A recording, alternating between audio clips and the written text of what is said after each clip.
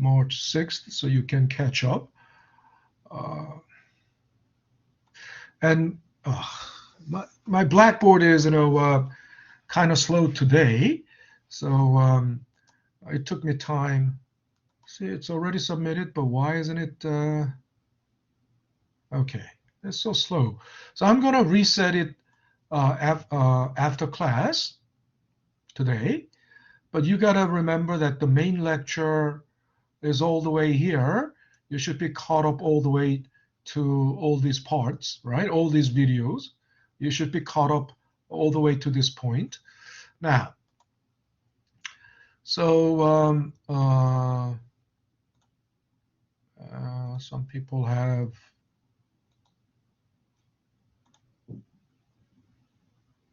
win at work by communicating effectively with Grammarly. Meet Todd. Okay. Okay, ROI part 3. Okay, those are Quark reminder. This week's tutoring session will be LVS. Okay, that was you see, that's Anna, our your, yeah, Jalen, that's all playlist for videos.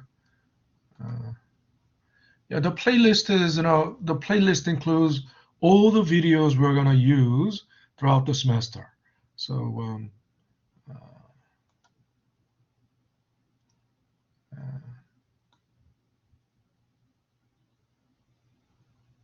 okay, I think this is just a single video, but you go to the playlist. I already talked about the playlist before. It's gonna be anyway.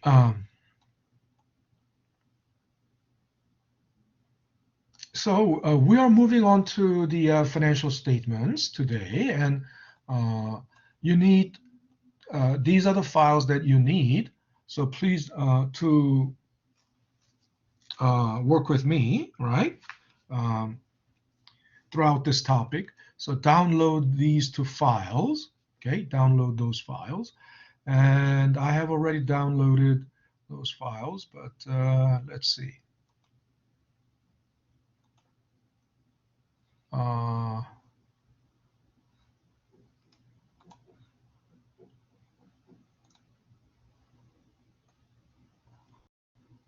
I do. Okay, I will. If it hasn't been downloaded yet, I will.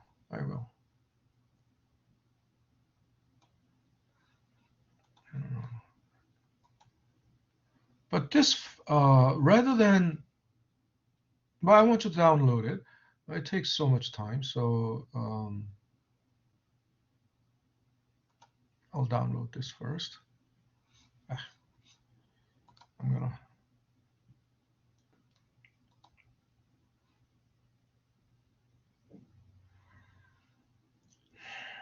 An Excel file gets downloaded automatically. Oh, so that means that means I already have this. So I'm gonna delete. So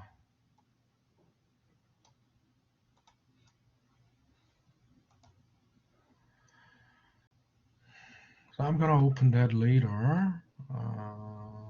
But let's see.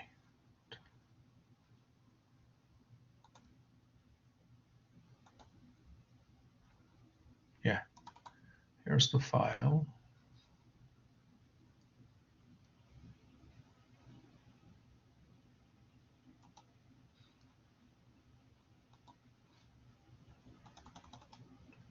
All righty, so we're gonna use that later.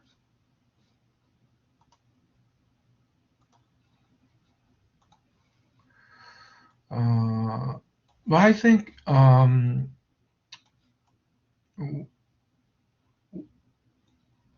what's best is to use actually, whiteboard for the example. So when we say financial statements, actually, okay, where am I?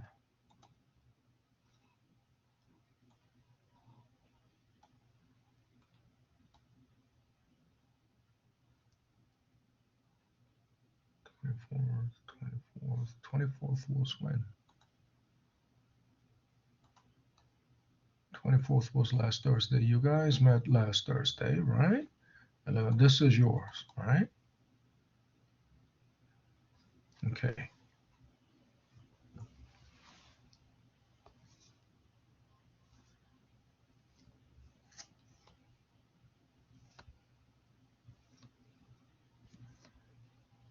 Well,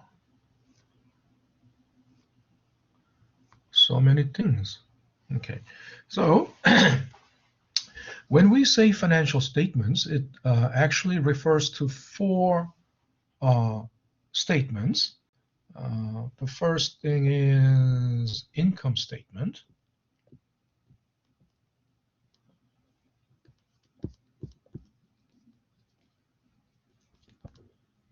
The second one is balance sheet.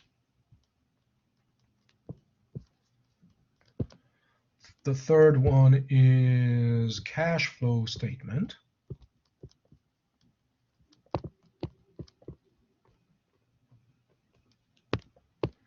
And the fourth one is retained earnings statement.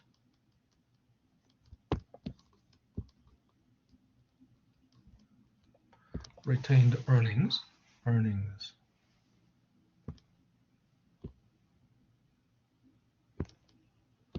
Now, these are the really the fundamental foundation of what they call fundamental analysis. And what's fundamentals? I mean, in finance and economics, also accounting, fundamentals are not verbal things. Always, finance speaks in math. Finance speaks everything in math. So does, economics, right? So does physics. So does, all, sciences. I mean, especially, but, not probably not, biology, but, most of these sciences and technology, engineering speak in math. Economics speaks in math. Finance speaks in math. Accounting speaks in arithmetics, not necessarily. Accounting doesn't use calculus. There's no need for calculus in accounting, right? But most sciences use calculus. But anyway, so why are they called fundamentals? I mean, when we say, oh, this company has great fundamentals, that doesn't mean oh, the vision of the CEO or no, nothing like that.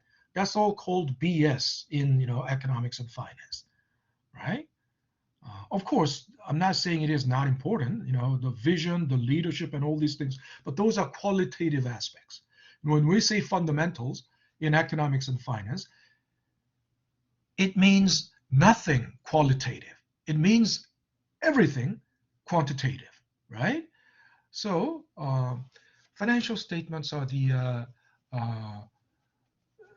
basically the data source for this fundamental factors about the business, about the company. And that's why it's called fundamental analysis, right? Analyzing the financial statements. And the fundamental analysis comes from analyzing the financial statements. But of these four financial statements, actually, right, what's more important is income statement and balance sheet. They are, what I'm saying is they are more primary. I'm not saying cash flow statement is not important. It's very important, but it is relatively secondary. And these are secondary in the sense that income statement and balance sheet, they are compiled from the data that is directly compiled from ledgers and journals. That's the accounting thing, the primary record of transactions, and then it's all compiled into income statement and balance sheet.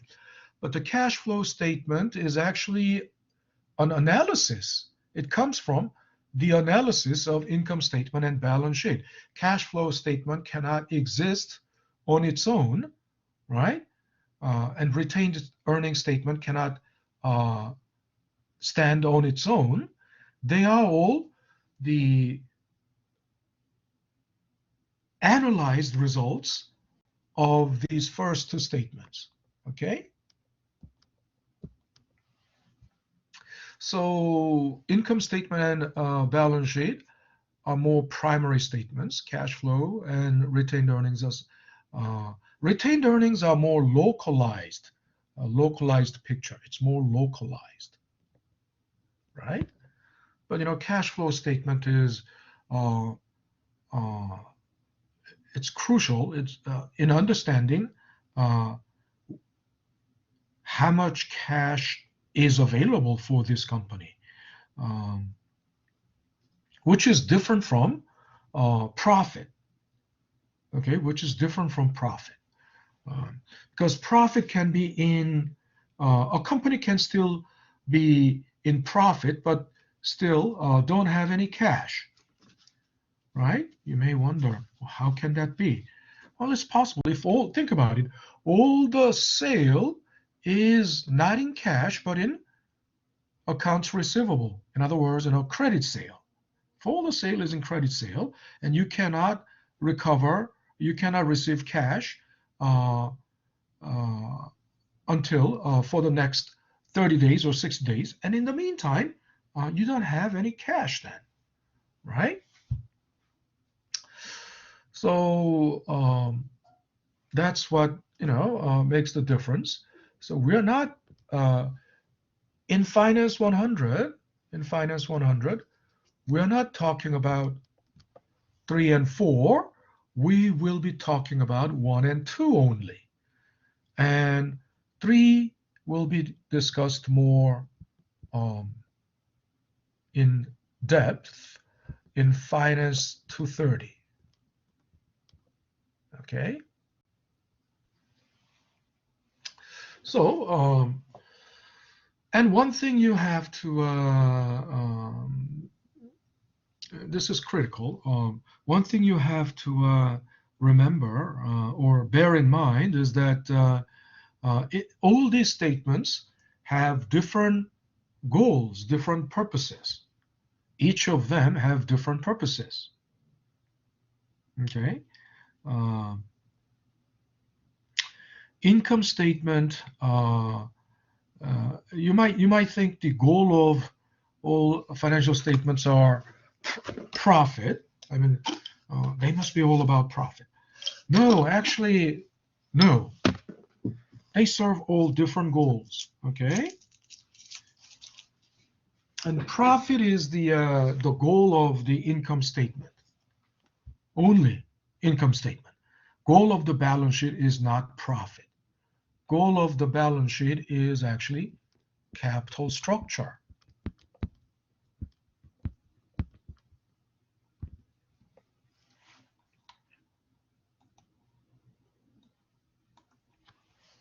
Describing capital structure. Okay.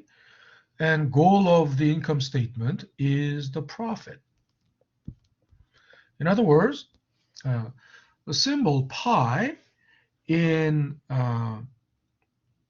macroeconomics, the pi is the symbol for inflation, but in microeconomics, pi is the symbol for profit, right? So depending on the context, you have to understand, in what context we are using this symbol, right? So in microeconomics context, it's the symbol for profit. And so the income statement is the process, all about describing the process leading to profit. Of course, profit can be positive or negative, right? Not all profits are um, positive. I mean, when the profit is negative, then that's loss, right? So they also call another name for income statement is that what do you think? Another name for income statement is? Income and expenses statement. Yeah. You're right. It's called income and expenses statement. That's a full name, right? We just call it income statement, but the full name is income and expenses statement. But another way to call it is P&E. P&L. Okay. Oh, P&L. Profit and loss. Yeah, profit and loss statement, right? Okay. And who said income and expenses statement? Who said that? That was Lewis. Louis. Okay. Louis Lima, right? Yes, sir. Yes, professor. Okay, Louis Lima. So I'm gonna give you 0.5 for that. This is section 1101. Today is what's today? Oh, March 1st. Okay, March 1st. All right. Yeah. So because income statement and balance sheet are all serving different purposes, right? The line items are all different. The line items are all different. So this is something I find very often that even the students who have already taken like accounting 101, they even semester after they took accounting 101 or right after that, they've forgotten everything, and then they confuse the line items in each statement. They confuse them. So when we talk about income statement, some of them come up with the line item from the balance sheet, or when we talk about balance sheet, some students come up with the line items from the income statement. It's because they confuse the purposes of the income statement and balance sheet. They all have different purposes. So the line items don't match. I mean, there are only two line items that are common. Only two line items that are common to both income statement and balance sheet, which are actually depreciation and interest payment. But otherwise, all the line items are different. Okay, so let's see. Let's now start digging into our income statement. But before I do that, let me quickly check. This is the first time we are doing this topic, right?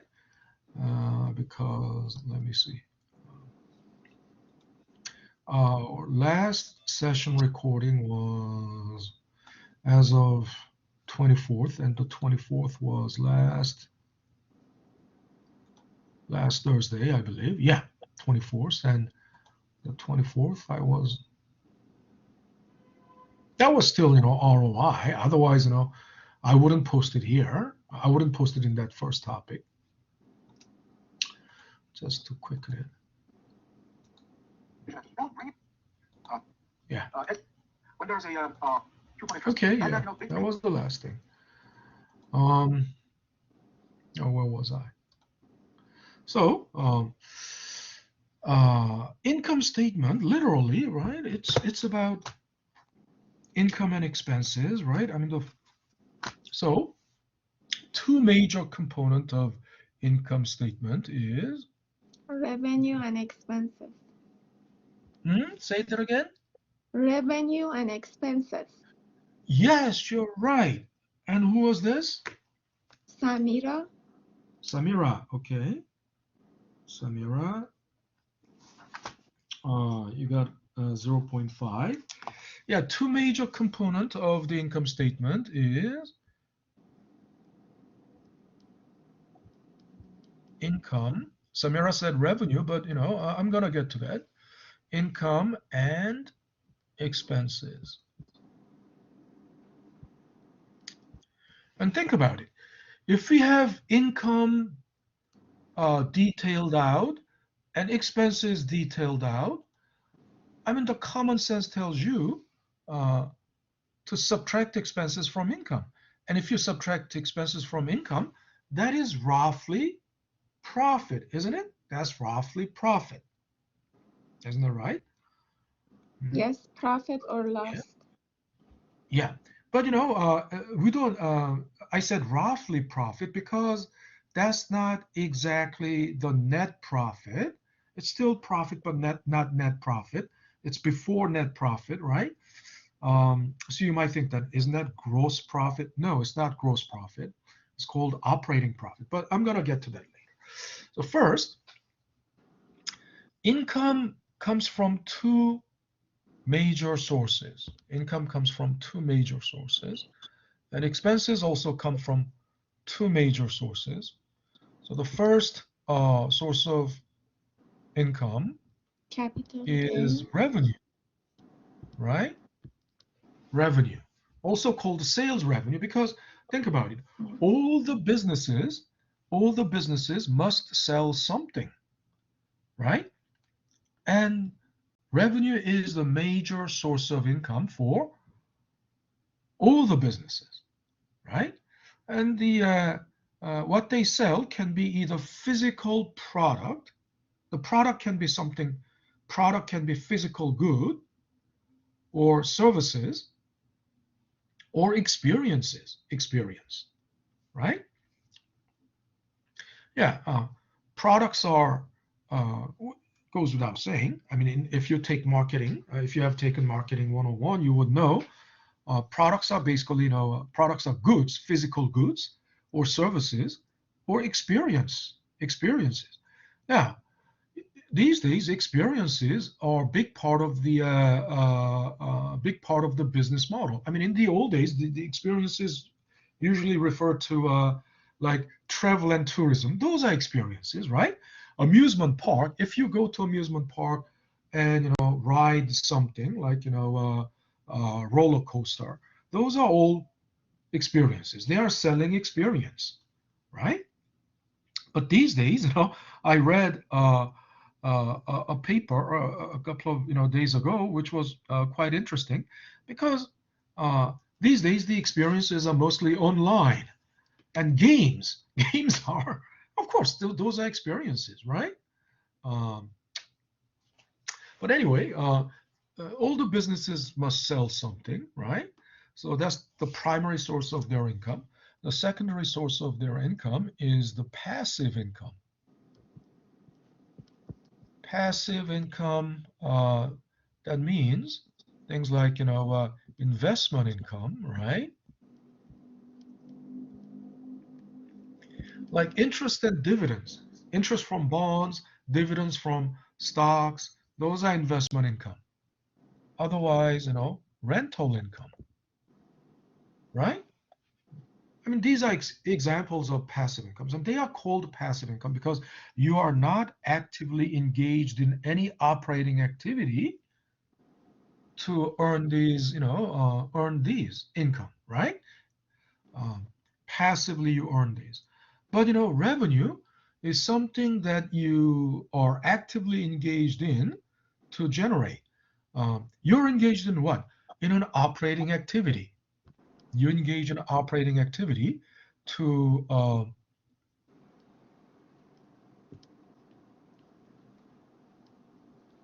operating activity.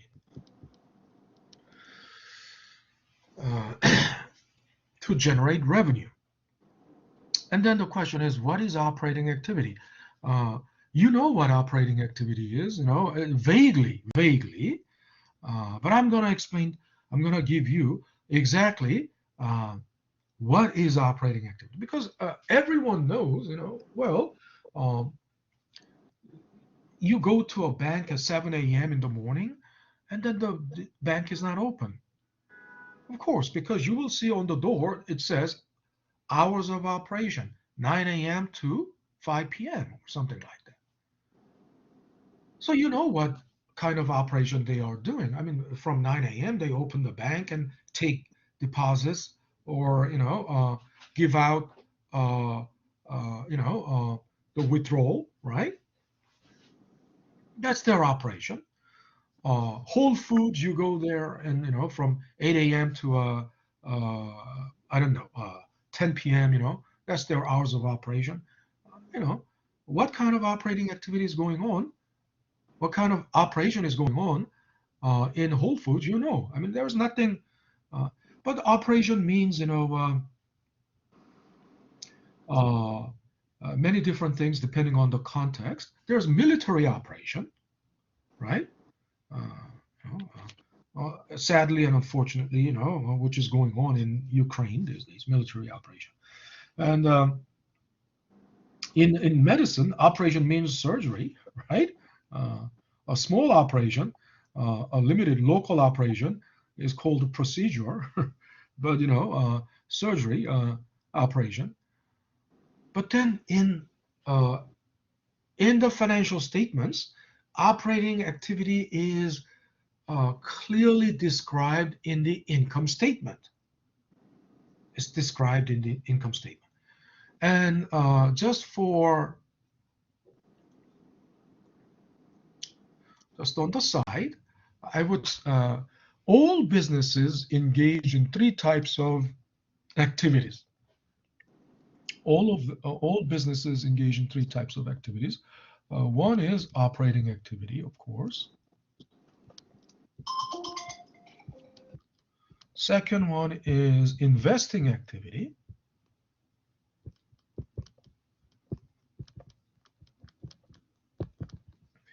Third one is financing activity. And I'm going to come back to this later. Financing activity. I'm not going to write everything. That takes time. And then when we define revenue, of course, everyone understands, vaguely what revenue is, sales revenue, because we all understand, it's the payment we receive for selling something. Yeah, that's revenue, true. But we don't want to define anything verbally, right? Because verbal definition is always insufficient. Why? Because verbal definition is changing all the time. If you can always exactly nail something verbally, you have to memorize it like a robot. And AI or robot won't make any mistake. But human beings, when explaining something verbally, you cannot reproduce it exactly in the same way all the time, because every time it gets a little changed. So I don't like verbal definition, and especially in finance and economics, and in science, right? In sciences, everything, math and science, definitions are in math, not in words, right? The problem with the verbal definition is quite obvious, is clear. If you memorize some definition now, and one semester later, you cannot exactly reproduce it, verbatim, right? You cannot exactly, unless you're an AI or robot, you cannot reproduce it exactly verbatim. And when you explain something, verbally to someone, and then when it passes from one person to another, it gets revised a little. It gets added or subtracted. And then when it gets to, so it's like a telephone game or something, or I don't know what, I don't remember what they exactly call it, but you know this game, you line up people in like a single file, like 10 people, you line up 10 people in a single file, and you pass on the message to the first person's ear, just whisper. So, and then this person passes on the message also to the next person, just in whisper, into ear. And when the message passes from one mouth to the next, from one ear to the next, it gets it gets you know it gets revised. So and when it reaches the last person, the message completely transforms into something else. Why? Because the word of the mouth is always, it's not infallible. Word of the mouth is always it's not nailed down. Word of the mouth is transient and fleeting. So everyone just adds their own interpretation to that. Everyone adds their own interpretation. So it's open to interpretation. Then that's a problem. We cannot accept that kind of definition, right? In science, the definition is nothing is open to interpretation. If anything is left open to interpretation, that's not science, that's literature. That's fantasy, right? Everything needs to be closed-ended, not open-ended. They like open-ended conclusion in literature. I mean, if you take English literature class or something like that, philosophy, it's open to interpretation. Everyone can, art class, everyone is entitled to their own interpretation. Then that's not science, clearly, right? Arts, they celebrate it, but in science it's considered as BS, right? You know what that BS stands for. So although we vaguely understand what revenue is, but we will define it mathematically. But what is revenue? Suppose we are running Best Buy. We are running a Best Buy. You know what Best Buy is, right? A consumer electronics retailer, Best Buy. So let's say we are Best Buy. And in our store, let's just assume that we sell only one item, one product. Let's say Dell Model X. We're selling a computer. We're selling only one model, Model X made by Dell. Okay, and let's say the price of Model X, Dell Model X, is $500. Okay, if the price is $500, if we sell one unit, what's our revenue? Anyone? Don't type into the if you are answering my question, don't, I cannot see it, right? When I'm sharing a file, when I'm sharing something, all I can see is that screen that I'm sharing, so I cannot see what's in the chat box. So say it. Its revenue would be like money earned from the business's sales or operations, and the $500 would be the revenue. Yeah, that's right. That's right. $500. You sold one unit, so it's $500. And who said that? Brianna. Brianna. Okay. And so if you sold 10 units, what's the revenue? 10 You times sold 10 5. 5,000. Yeah. 5,000. Okay, who 5,000. said? Yeah, who said? I think Brianna said that, and there was another person. A Sear. guy said, huh? Well, I said it after, but yeah, it was Sear. It was whom? Sear? Sear. Sear. Yeah.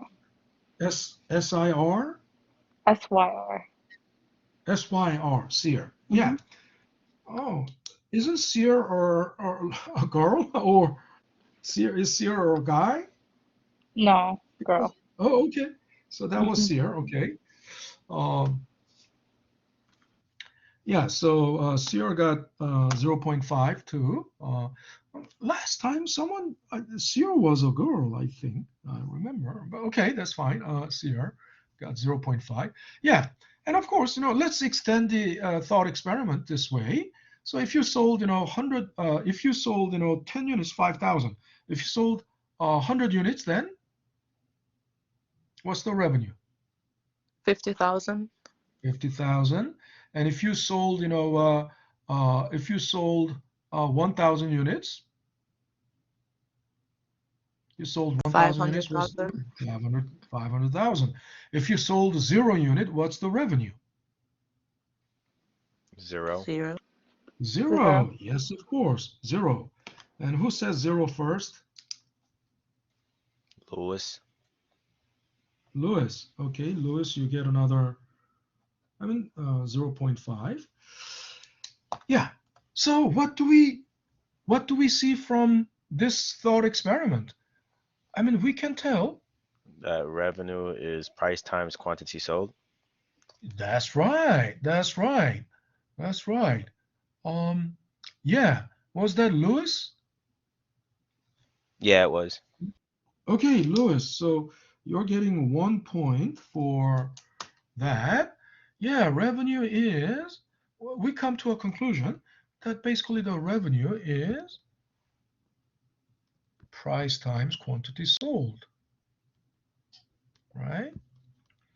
So think about it. This is basically the gist of revenue. Gist of revenue. We don't need verbal definition. Verbal definition is, verbal definition is a bool s, right? Because verbal definition is lengthy and wordy, but price times quantity. This is very concise and compact, and there is nothing redundant here. There's no excess fat, no frill, right? No frill, just the gist, the essence of it, right? Revenue is price times quantity sold, nothing else. And this type of definition is indisputable. It's infallible and indisputable. Okay? So then you might wonder, okay, so in this case, we have only one item. We are carrying only one product. So you can say, just price times quantity. But what if we are carrying 5 items? Oh, well, it's not a difficult thing. If we are carrying 5 items, the revenue will be then price times quantity sold of 1, price of item 1, right? Times quantity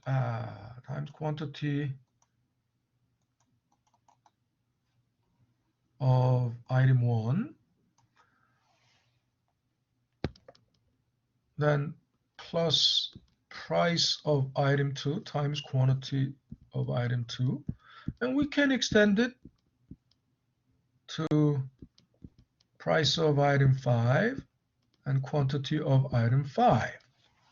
Okay, so you might say, yeah, with 5 items we can, do it like that. But what if we have hundreds of items? Well, we can, of course, we'll have to do it like this, but it's going to be expressing it like this. It will be very tedious. We don't like, it's not undoable, but it's just tedious. So we need more compact and concise expression for that, and we already know what to do. We know how to use summation sign, right? So summation pi times pi times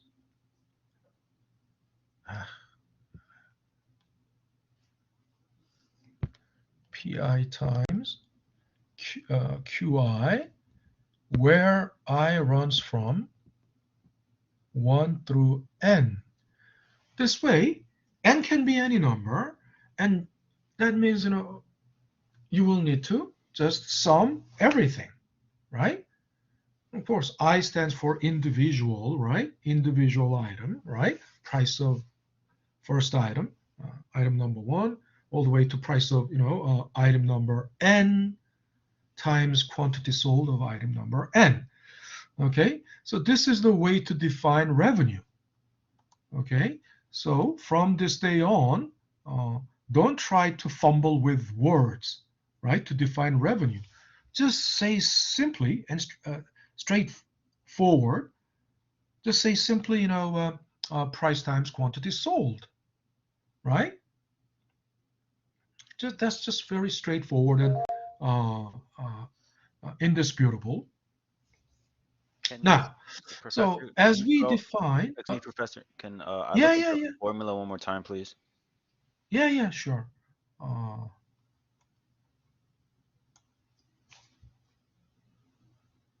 okay. Thank you. You're welcome. Now, then expenses. Also, expenses have two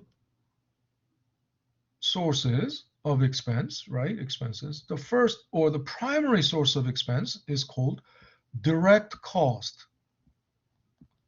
And if that's the primary source, then the secondary source of expense is indirect cost. Now, the direct cost is also called CGS, which stands for cost of goods sold. And this is an accounting's terminology, right? In microeconomics, they call it total variable cost. Okay? And then indirect cost is also called OPEX, or operating expenses, which is an accounting's terminology, which is roughly equivalent to total fixed cost, which is also microeconomics terminology, right? So then what is direct cost? Now, direct cost means these are the cost of inputs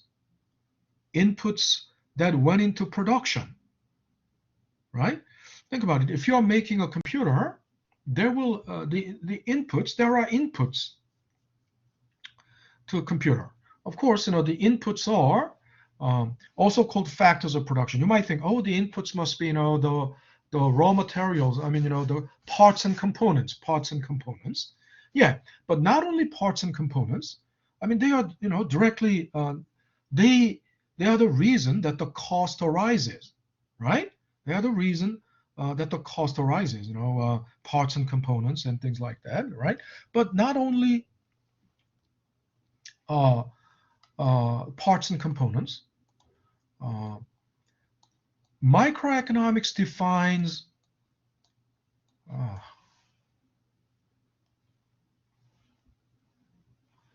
okay, I will have to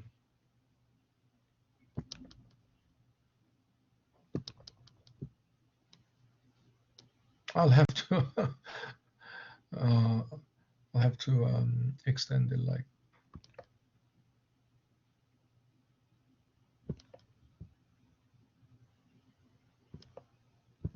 I'll have to bring it here.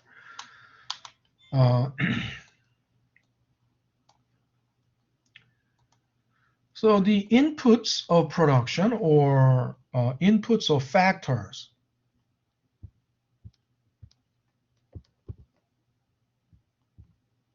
of production. Think about it. All the products, physical goods, they are made of these three things. What do you think they are? And microeconomics defines it very clearly, very lucidly, and very clearly. Capital, labor, and raw materials. Capital and what? Labor. Labor and raw materials. Yep. Okay, good. Raw materials are also called natural resources, right? Natural resource. which are raw material. Basically, raw materials come from natural resource.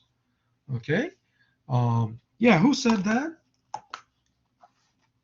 Who That was was that? Lewis. Lewis again. Okay, Lewis, I'm going to give you 0.5 for that.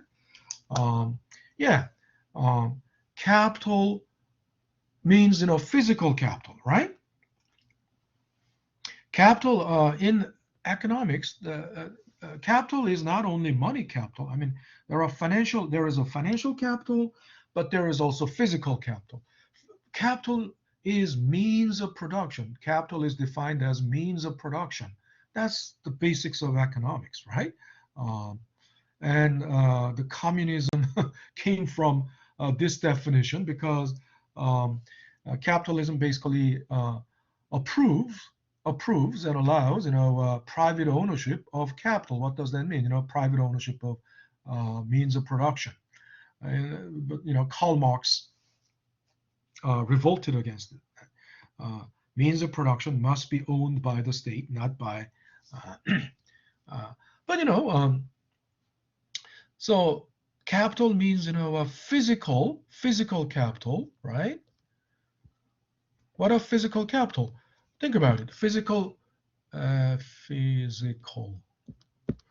capital means plant and equipment, right? Think about it. Best Buy is selling Dell Model X, right? And Dell Model X was made by Dell.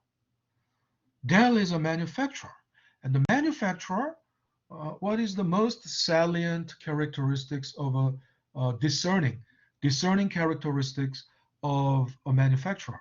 The characteristics that sets manufacturer apart from retailer. Can anyone tell me what is the most defining characteristics of the manufacturer that sets manufacturer apart from retailer? What is it?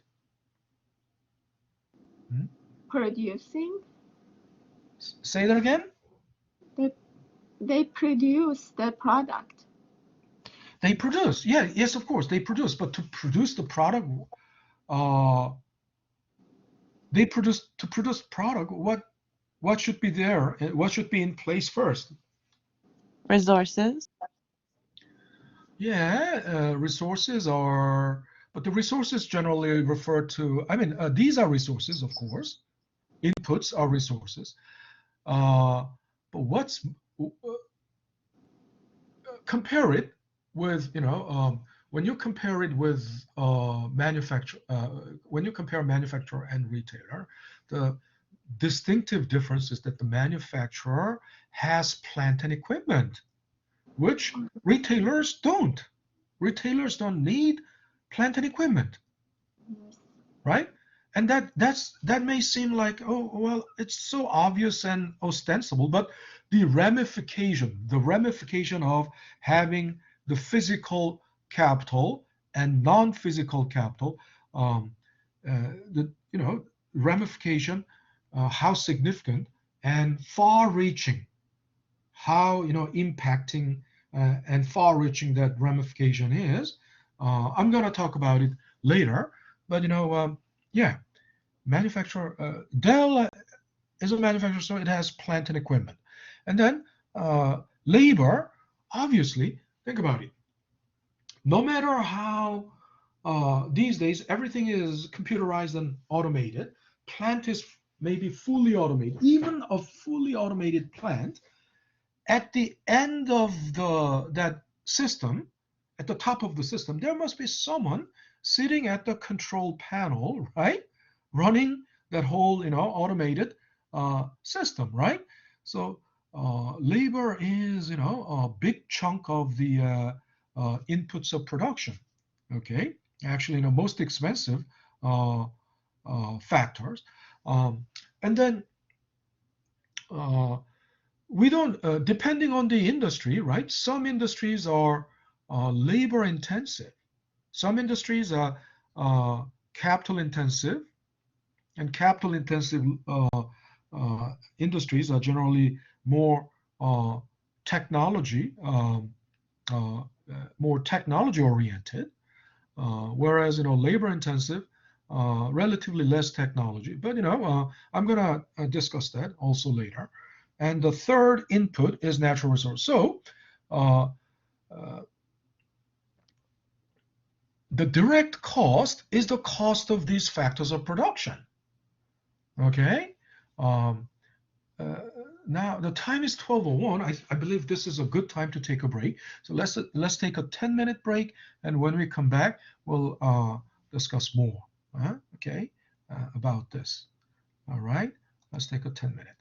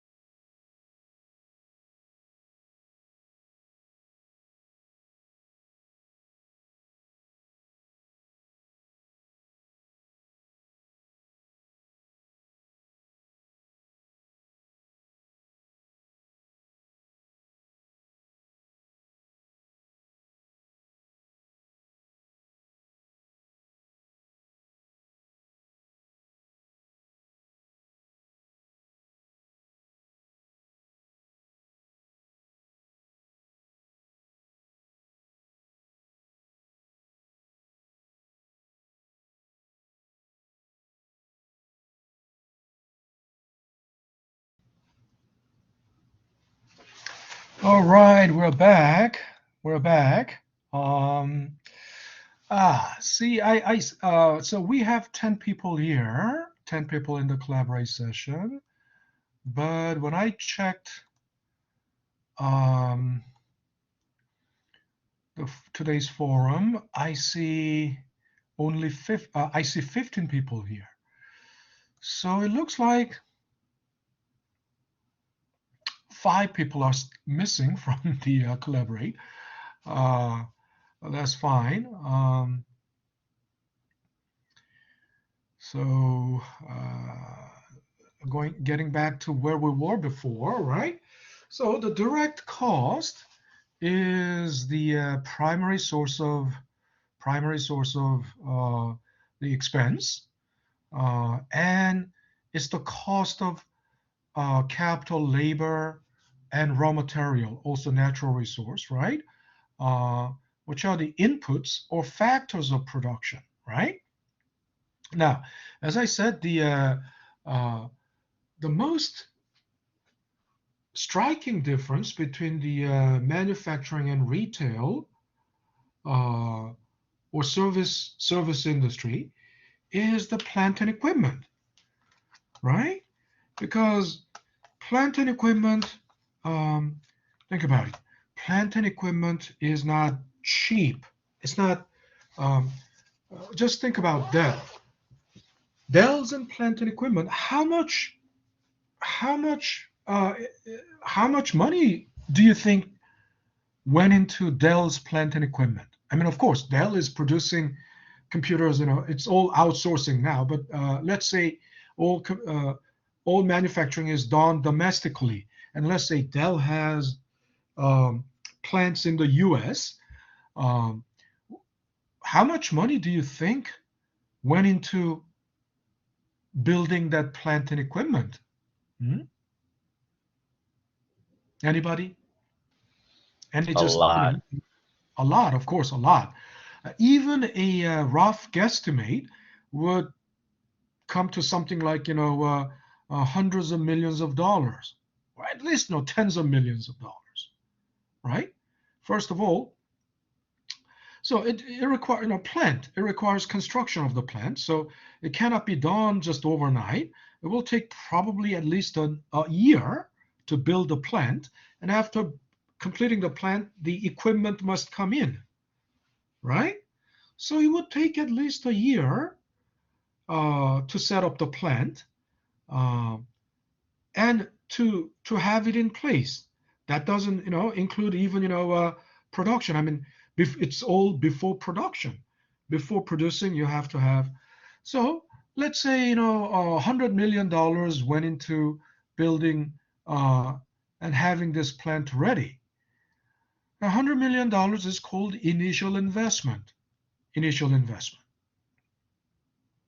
And once that installation, or once that facility is in, the plant is in, right? It's not easy to close down the plant, right? It's not easy to close down the plant. Why? Because $100 million went into it. You must run the plant until at least you recover that initial investment. It's not only the initial investment. I mean, you will have to recover all the cost of labor and cost of using the equipment, the cost of raw material, all of those. You must recover all of them too, right? It's not only the initial investment. You must recover all the production costs that went into up to that point where you break even. In other words, at the break even point, you recover basically the initial investment and all the cost of capital, labor, and natural resources, raw material that was incurred, that has been incurred up to that point. So in other words, this is what makes this is what makes it totally different from retail. Because once, think about it, once the plant is ready, you will hire workers, you will hire labor, right, to run the plant. So manufacturing provides jobs. Of course, you might say retail provides jobs too, but then the nature of job security, in terms of job security, what manufacturing, the job security that the manufacturing provides is totally different from the job security of retail. Actually, retail's job security is like, the job security of a fruit fly, don't you think? Hmm? In retail, you can get easily fired, and someone new is hired, can easily be hired.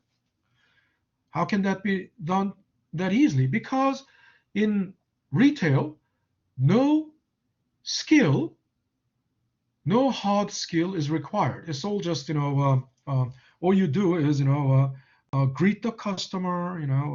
Of course, you can say it's a soft skill. I mean, there are good people who are, really great sales clerk, right? But usually, when I go shop for something, let's say I go into a department store, looking for a jacket. Actually, I want to just shop around unbothered, unbothered. If someone approaches me and say, well, this is blah blah blah, this is, best selling these days, I feel uncomfortable. I don't want the salesperson to approach me, starting a conversation. I mean, no matter how smooth they are, there are people who are good at that, smooth talkers, but I believe my own judgment. I have my own criteria. I don't like something expensive. First of all, it should be value. There should be value for money, right? Good value for money. And if it is, uh, like $5,000 for a winter jacket, that's a crap for me. I don't believe, that's not. Um, Even if I can afford it, that's not the issue. I want to shop around, and I want to browse in peace, in my own peace. And there's a certain, a criteria, my own criteria. Nobody can change that. Nobody can influence that. No matter what they say, if it's not what I don't like, if it is if not what I don't like, cold turkey. I don't like it. I don't like it. It's the same thing, I drive a very hard bargain. They will think I drive a very hard bargain when I go to shop for a car. If it is not to my liking, if it's not the price I want, no, cold turkey. I don't need to buy from them. I don't need to buy that day. I don't need to buy from them. I can haggle. I can haggle the price to the point that I want, and I have all the tools to do that. But so they have to succumb to me, not me to them. So I'm the kind of person that that will make all the salespeople lose their jobs. But the point is, sales jobs, the retail jobs, they have job security of a fruit fly. But manufacturing jobs, they cannot fire you easily. First of all, if you're working on an auto industry as a mechanic, I mean assembly, if you're working on an assembly line, you are a skilled worker. A skilled worker in auto industry is hard to find. It's not someone you can just pick up from the street. Whereas a sales clerk in Walmart, you can they can be picked up from the street. Anybody can do that. But auto mechanic working in Chrysler plant, working on the assembly line, they cannot be picked up from the street. And even those who are licensed or who are skilled, who have experience, they need to be trained to be put on the assembly line. And so are the workers in the computer manufacturing plant. So it's hard to fire them because it's hard to hire them. And once hired, they need to be trained. It's an investment from the company's perspective, right? So it's hard to fire them because rehiring costs. Rehiring and training costs money to the company. And then, because they are skilled jobs, the skilled workers are unionized, right? So when they are unionized, it's hard to fire. It's really hard to fire. And that's why most managements want to bust the union, and then they try to prevent union. I mean, Starbucks, their union, issue. So think about it. The manufacturing will have to recover at least their initial investment plus all the expenses all the costs that went into that until they break even. So they cannot easily close down. Even with the labor dispute, they will have to settle the labor dispute amicably and run the company at least until they recover their initial investment plus some profit over it, right? If they just barely recover the initial investment, then there's no point in investing in such a business, right? So it's difficult to close down the factory because it's difficult to close down the factory. That's the reason why there's a job security in manufacturing, whereas in retail, they can always close down easily and move. If a retail store employees are trying to unionize, the management will easily close down the store because it doesn't cost. They don't need to recover anything because there is no plant and equipment. All they have is it's easy to open a retail business because all you need is a space, retail space, which you rent, right? And then merchandise, in other words, the inventory, merchandise to sell. And this merchandise, when the business is not doing well, they can easily close, move the merchandise, open up a new location, move the merchandise, or they can liquidate the merchandise. There are companies called liquidators. Liquidators are what?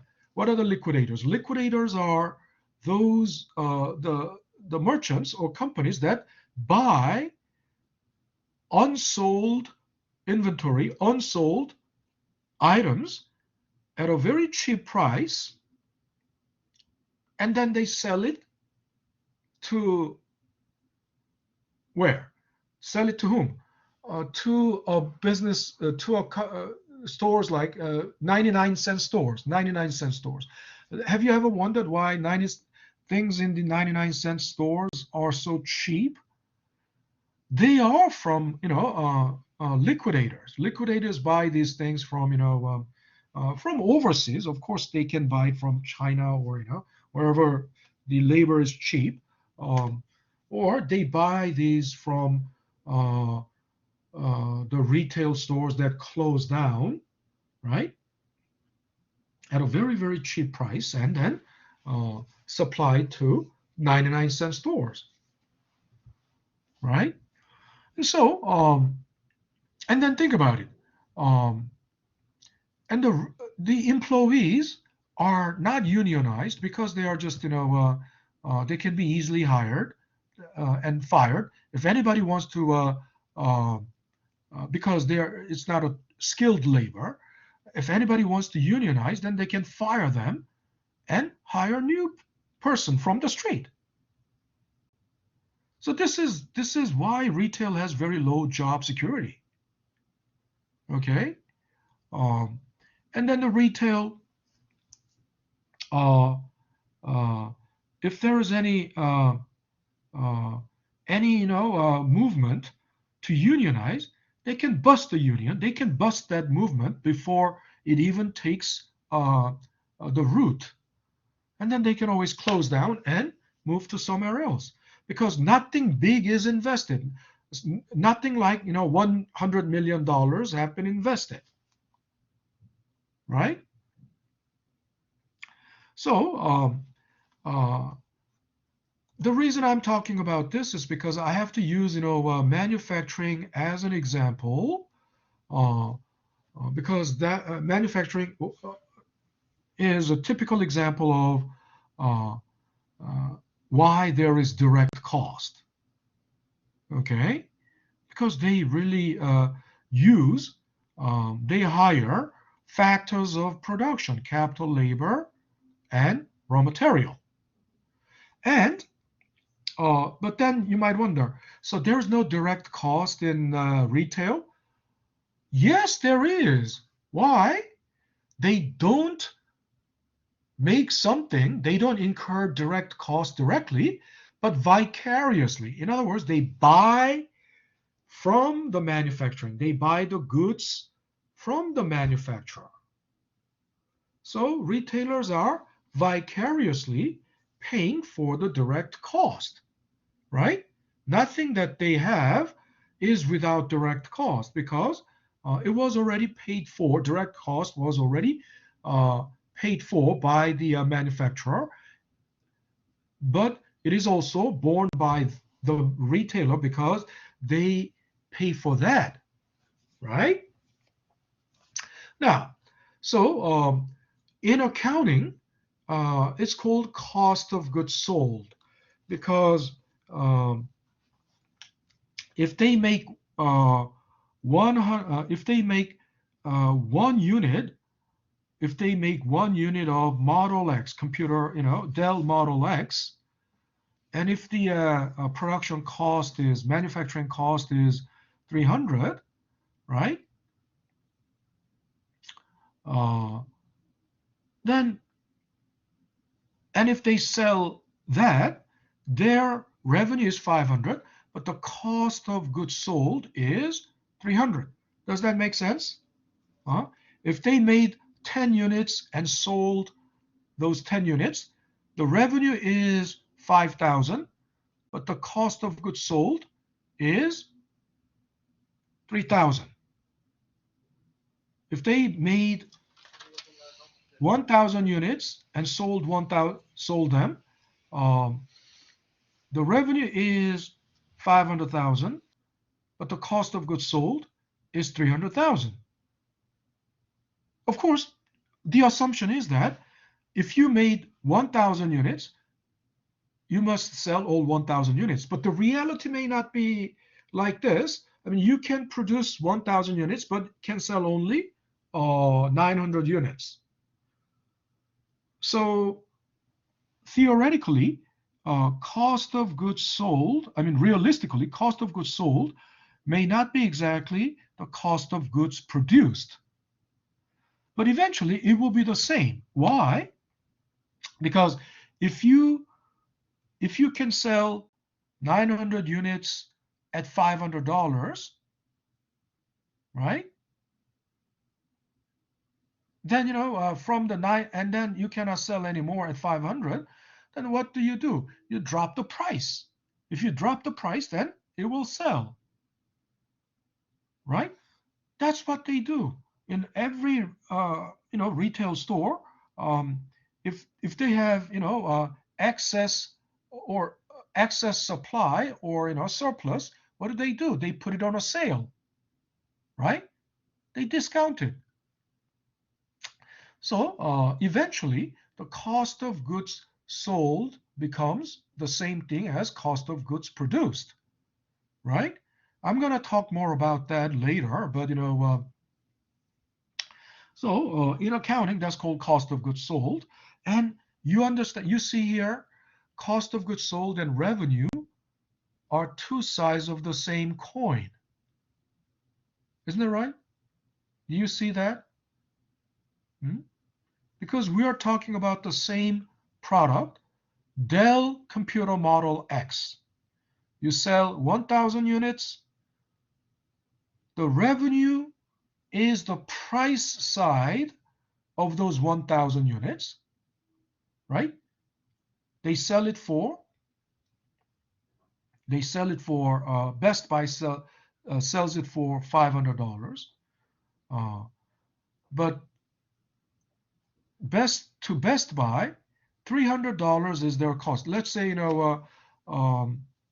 Dell makes it, and then they sell it. Of course, Dell's cost would be lower, but when Dell sells it to Best Buy, let's say it is $300. Maybe $400 be better. But let's say Dell. So Dell's price to, in other words, manufacturer's price to the retailer is $300. And think about it. For Best Buy, $300 is the cost. Isn't that right? Everyone is okay with this. Yes, that makes sense. Right. So then, if for Dell, if they sell 1,000 units to Best Buy, $300,000 is their revenue, but to Best Buy, $300,000 is their cost. Yeah, that makes sense. Revenue and CGS are two sides of the same coin. Make sense? So CGS is the expense side of revenue. Right. CGS is the cost side of the revenue. Revenue is the price side of the cost. Make sense? Okay, yeah, I get it. Right? So that's why sometimes CGS is also called, it goes by the name cost of revenue. Cost of revenue. It goes also by that name, cost of revenue. And that clearly explains what CGS is. Isn't it right? That means CGS is the cost side of the revenue, right? And the revenue is the price side of the cost. Okay? Now, the next thing, in microeconomics, why do they call it total variable cost? Now, think about it. Variable means it changes, it varies with the production level, with the output level, production level or output level.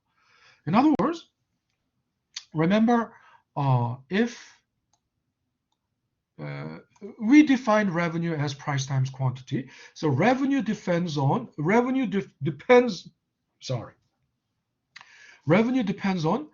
quantity sold. In other words, how many units are sold. Total variable cost depends on how many units are produced. Isn't that right? You see, if you produced 1 unit, total variable cost is 300. If you produced 10 units, it's 3,000. If you produced 100 units, 30,000. If you produced 1,000 units, 300,000. If you produced 0 unit, 0. So what can you tell? Oh, the same thing.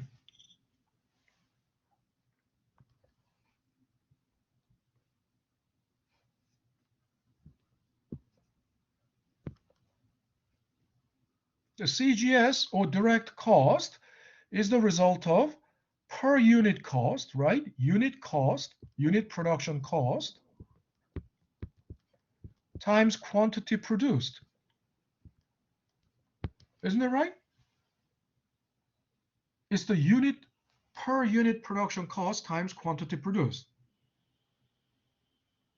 That's the That's the direct cost. That's the CGS. That's the total variable cost. And it's called variable cost because it varies with, it changes with the output level, with the quantity produced, right? That makes sense, everyone? Yes. Oh, yeah, only one person. But how about the rest? How about everybody else? Does that make sense Yes. to everyone else? Yes. Okay, Seer. Seer, you are a girl, but you know, a while ago, someone said Seer gave, you know, before the break, uh, I heard the voice of a guy, and yeah, I remember Seer as I a think girl. it's I think it's because we Uh-huh. said it at the same time and I was like trying to like unmute myself. But yeah. Uh-huh. Yeah, of But yeah, course, you so know, then, you know, uh, okay, no problem. And mhm. can you say it again, last part? Last part. I said, you know, what was the last part? Um, uh, direct cost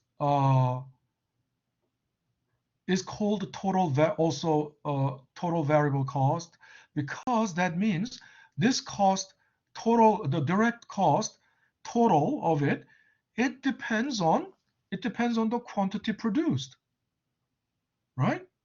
Depends on the quantity produced. In other words, it's it's called variable cost because the total varies with the quantity produced, right? Does that make sense, everyone? And then think about it. This unit cost, another name for that unit cost, unit production cost, right? That's what? It's called average variable cost. Average variable cost, right? Think about it. If you divide total by the number of data points, what is that called? That's called the average. If you divide total by number, that's called the average. Isn't that right? So think about it. If you divide total variable cost by the quantity, what do you arrive at? You arrive at unit cost. Isn't it right? You produced 1,000 units. So the total variable cost, or CGS, is 300,000. You divide it by 1,000 units. What do you arrive at? $300. And what was the $300? That was the per unit production cost. And then you divide it total by the number. So what is that? That's also average variable cost. It's called average variable cost. Make sense? So the total variable cost is average variable cost times quantity.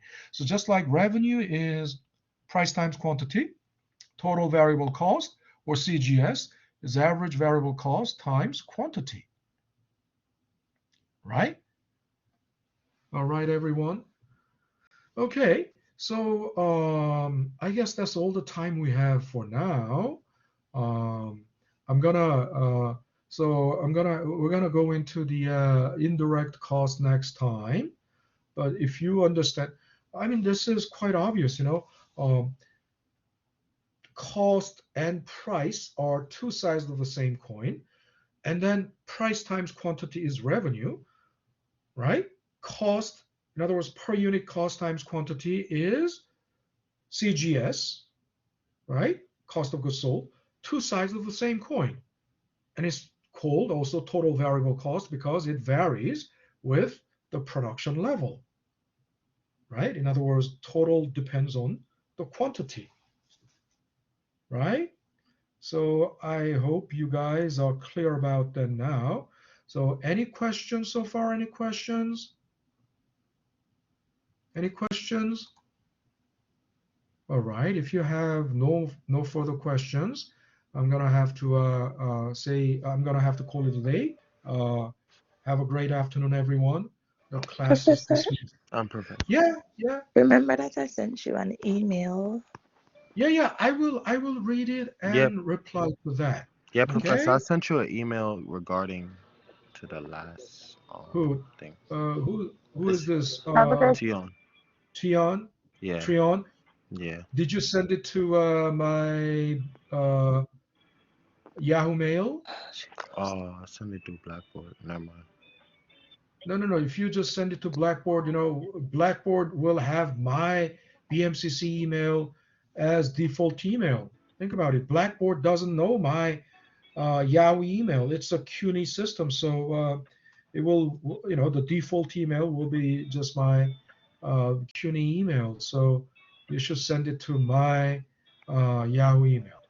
Okay. Yeah, because Alrighty. So the class is dismissed. Have a great afternoon, everyone, and I wait, will can see I you speak to you? guys. Can I speak to you about Professor, Yeah. could you instead look of at the email now? Because it was about my quiz. Like, I did the quiz. Yeah. yeah, it was about the Look. I said I will reply to your email. Okay. Because I just The wanted to class know is my dismissed. grade. Huh? I just What? wanted to know my grade. Look. Uh, I will. I will reply. I will first read your email and reply to your email. I will take uh, whatever action is necessary accordingly. Okay, thank Okay. you. But the class has to be, the session must be closed for now. Okay. okay. Alrighty. Louis, did you say you need? I'm Good. I'm I'm Come. I'm logging into the Zoom meeting. I just need the meeting ID and the Okay. passcode. There is one person ahead of you already. One person is already scheduled ahead of you. Can you log in at 12:30? I mean 1:30? It's for it's for the assistants, not your Zoom, or am I No. incorrect? You mean you are logging into my office hour? No. I'm for Anna's uh Oh, Zoom meeting. Anna's. Okay, Yeah, so yeah, yeah, you gotta then you gotta talk. You gotta see. You gotta talk to Anna, right? yeah. I was thinking you were.